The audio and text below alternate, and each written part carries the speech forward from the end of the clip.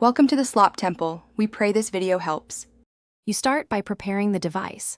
Unlock it and have your PIN ready because Talkback changes gestures. Once ready, press and hold both volume up and volume down for about 3 seconds. This triggers the accessibility shortcut on most Android phones and can immediately toggle Talkback. If nothing happens, make sure the accessibility shortcut is enabled in settings. I explain why. The shortcut avoids complicated gestures when Talkback is active, so try it first before opening menus.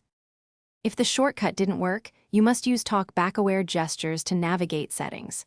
You select items with a single tap, then double tap to activate.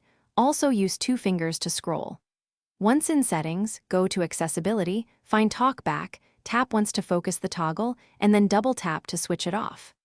Make sure to move deliberately because Talkback reads elements aloud and requires precise taps. This is why you use double tap, to confirm actions, and 2-finger scrolls, to move through long lists. After toggling Talkback off, confirm normal touch navigation returns by tapping icons once. If it remains active, restart the phone to clear the service. You can also open settings right arrow accessibility, right arrow installed services, and disable Talkback there, or remove the volume key shortcut to prevent accidental reactivation.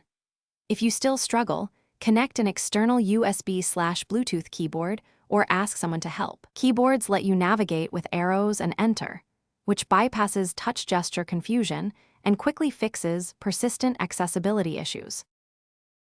Thanks for watching. Consider subscribing if we helped you.